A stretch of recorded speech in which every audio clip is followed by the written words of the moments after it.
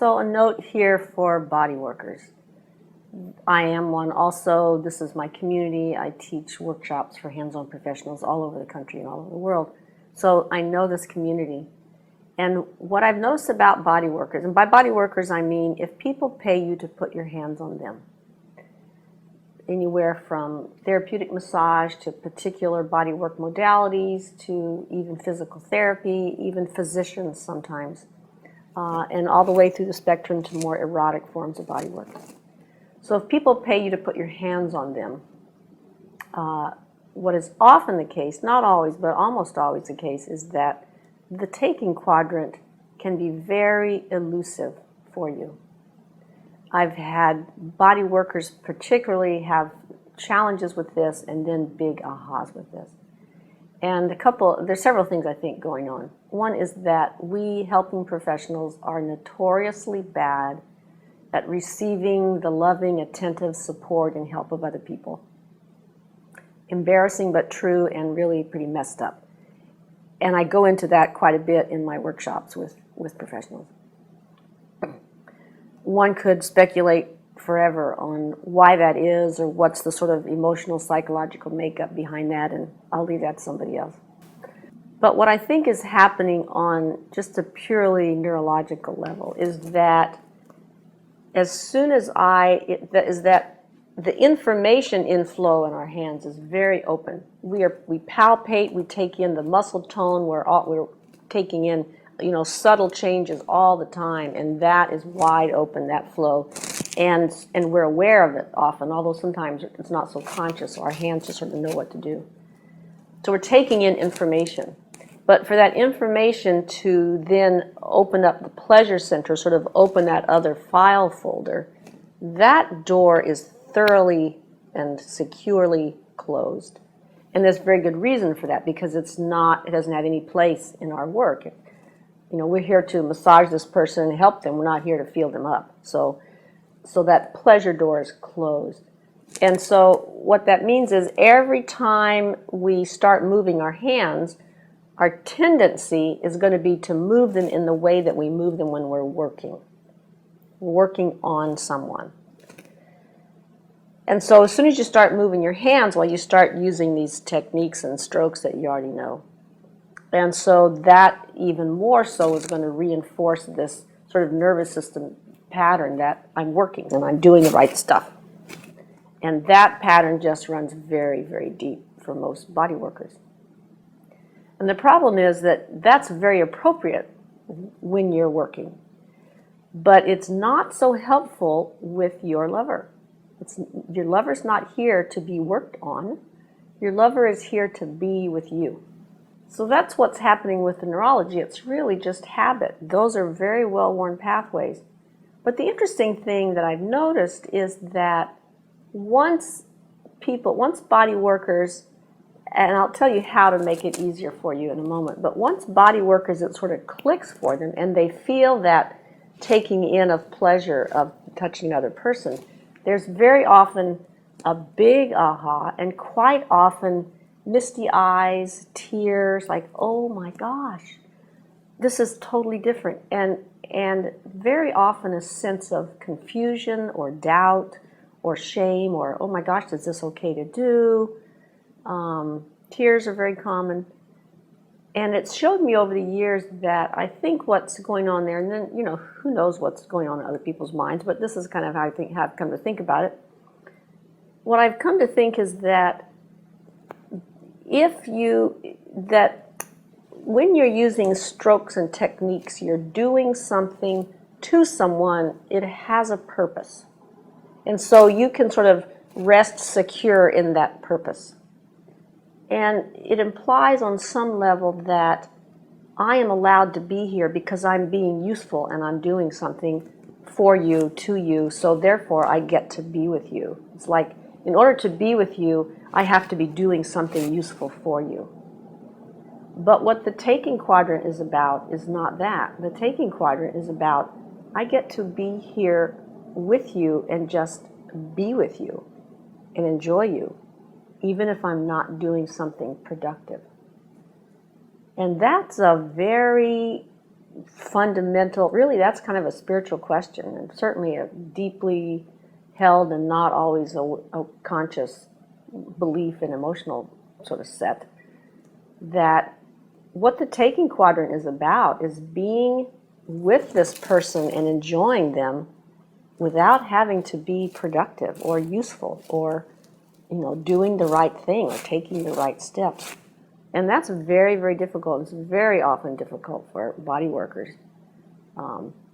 Partly, I think, because of the sort of neurological habit, and partly, I think, because we often have that belief that we're supposed to be doing the right thing and be useful, or else we don't really deserve to be here.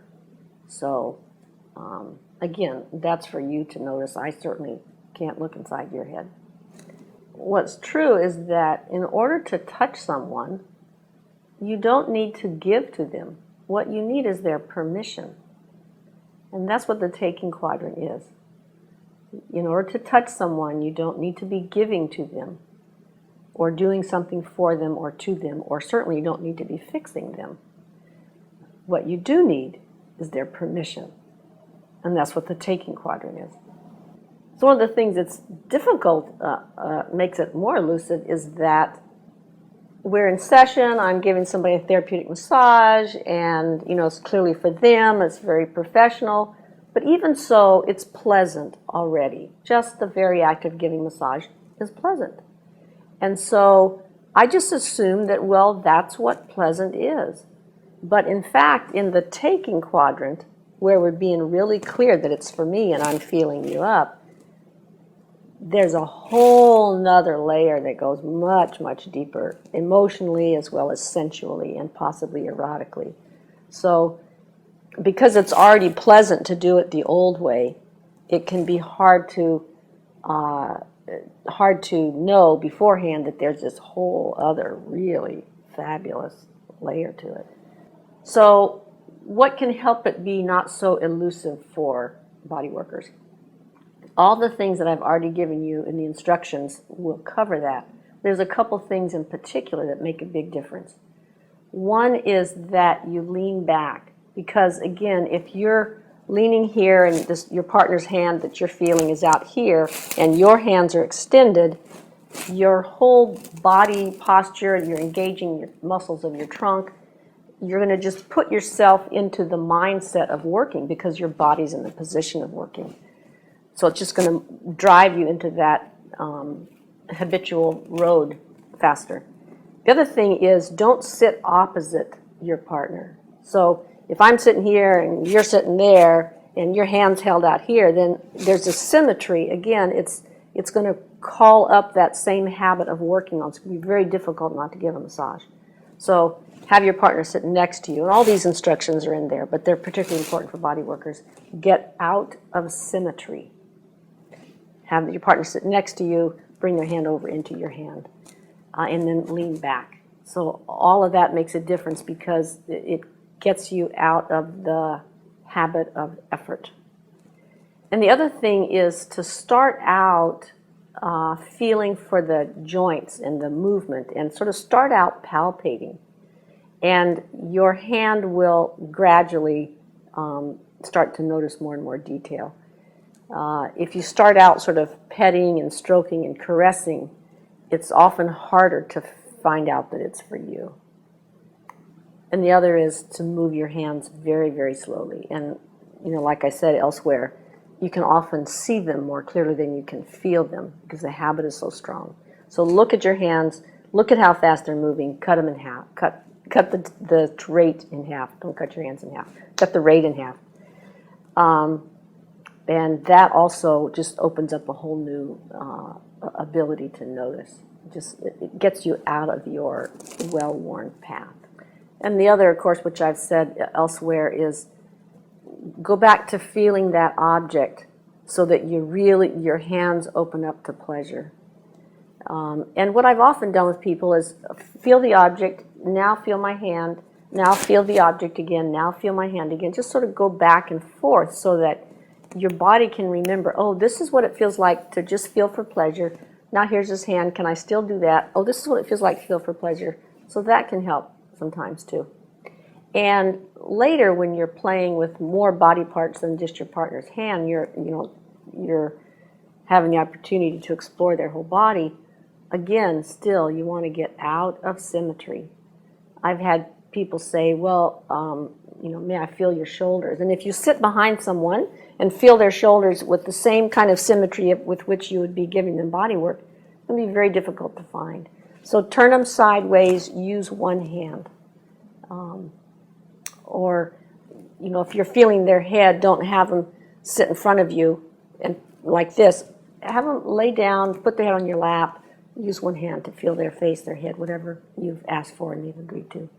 So slow down, get out of symmetry, lean back, and be very conscious of the words that you use when you're asking permission.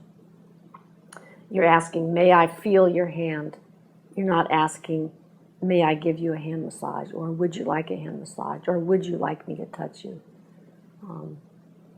Because those words, whatever words you use, set your mind up to be able to open this door instead of that door. And you learn that it's okay to be with somebody without having to fix somebody or work on somebody or give to somebody or do the right technique or do the right thing. That it will sort of it'll challenge your thinking and feelings about who you are as a person like that. And that's a very powerful thing. So this is a really rich exploration for body workers, and lots of ahas. It's likely to be elusive, so just be very attentive and don't give up until it really clicks for you. And it feels very, very different from when you're working.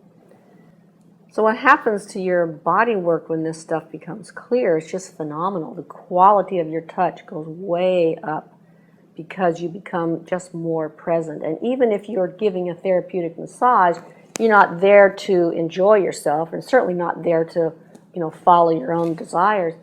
But still, your hands are more open and more relaxed. And you stop, once you really learn the taking quadrant and it clicks for you and you notice how wonderful it feels and you sort of, oh yeah, I get this is a good thing, then you're no longer afraid of it.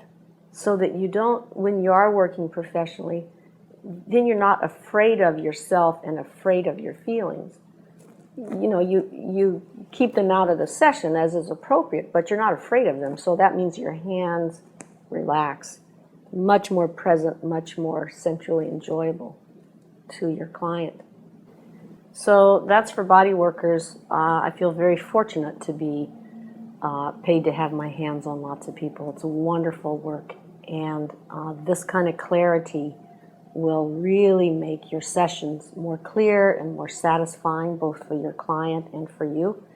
And really, your hands will become much more sensitive and perceptive, and also sensually enjoyable to the other person.